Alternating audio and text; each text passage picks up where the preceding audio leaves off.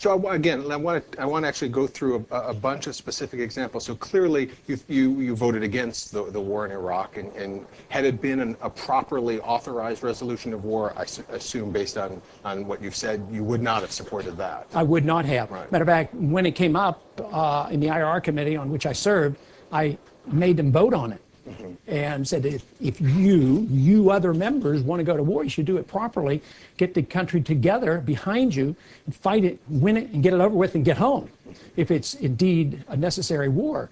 But they didn't have that debate, and they just ridiculed that idea, and they said that part of the Constitution was anachronistic, and we don't do it. But here we are today, having the debate that we should have had 4 years ago. But they didn't want the debate, and now everybody's scurrying around to cover themselves about why they endorse the war and now why they don't.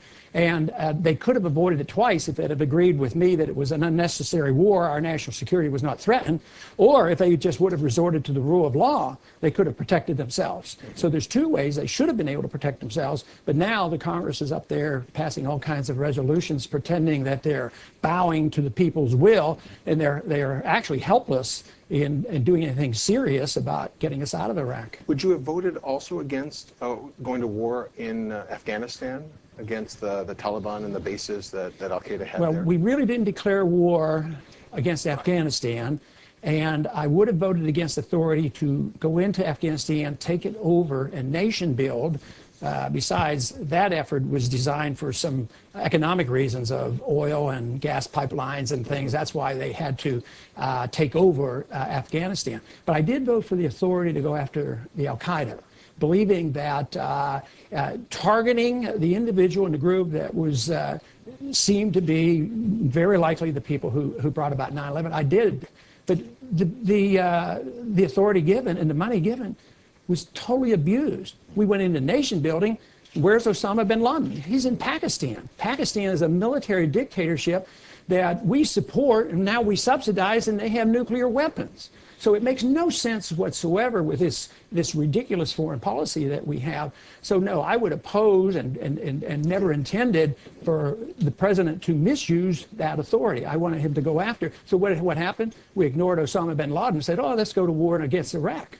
So those are the kind of irrational policies that I'm trying to fight. So in the Paul administration, what would be the policy given that we are where we are today in Iraq?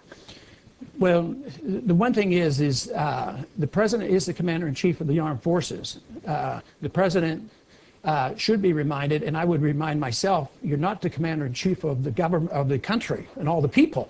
I mean, there's no massive definition that the president has these arbitrary powers just because he's commander-in-chief. But the commander-in-chief of the forces can move the armed forces around. I'd move them around quickly. I'd bring them home. So immediately, just... Yes, I'd bring them home as soon as possible and safely, because... safely for the troops, safely for the people who remain in Iraq? Safely for the troops and for Americans, because my responsibility, I have a moral responsibility to protect Americans, American property, the American rule of law, and the Constitution. Do you think at this point America or Americans have any moral responsibility for what happens in Iraq? Yeah, I think the neoconservatives deserve the blame, and they have moral responsibility, but you don't. I don't blame you for their mismanagement of the war, so I can't penalize you. I can do my best, and I actually sincerely believe that we are the motivation for the civil war over there, so I would not be causing more chaos. If there is, it's because we went in. It's not because we're leaving, although there may be a blip upward or downwards. But ultimately, I'm a bit more optimistic than most. Everybody who's predicting these dire things to happen are the ones who said it would be, smooth and easy and paid for, and there'd be no problems whatsoever. But I think Vietnam is an example of what can happen if you follow the advice of the founders and follow the Constitution. Only constitutional wars, don't get involved, and leave. We left under terrible circumstances. I was drafted in '63 and stayed in for 5 years, and it was a terrible, terrible war to be associated with. I didn't have to go to Vietnam, but we left. 60,000 men died, and we left, and all of a sudden we started talking to Vietnam, and we trade with Vietnam. The president of Vietnam comes in, fulfills the predictions and the advice of the founders, said, talk with people, trade with people, engage yourself, travel, but don't get involved in their entangling alliances with them, and don't get involved in their internal affairs. Don't be a nation builder, and don't police the world. The American empire is going to fail. It is in the process of failing, and I just want to get out of that empire building smoothly rather than waiting for a catastrophic event like a bankruptcy of this country. And the dollar's weak. It's weak because we spend huge amounts of money, for war and welfare, and it's unsustainable.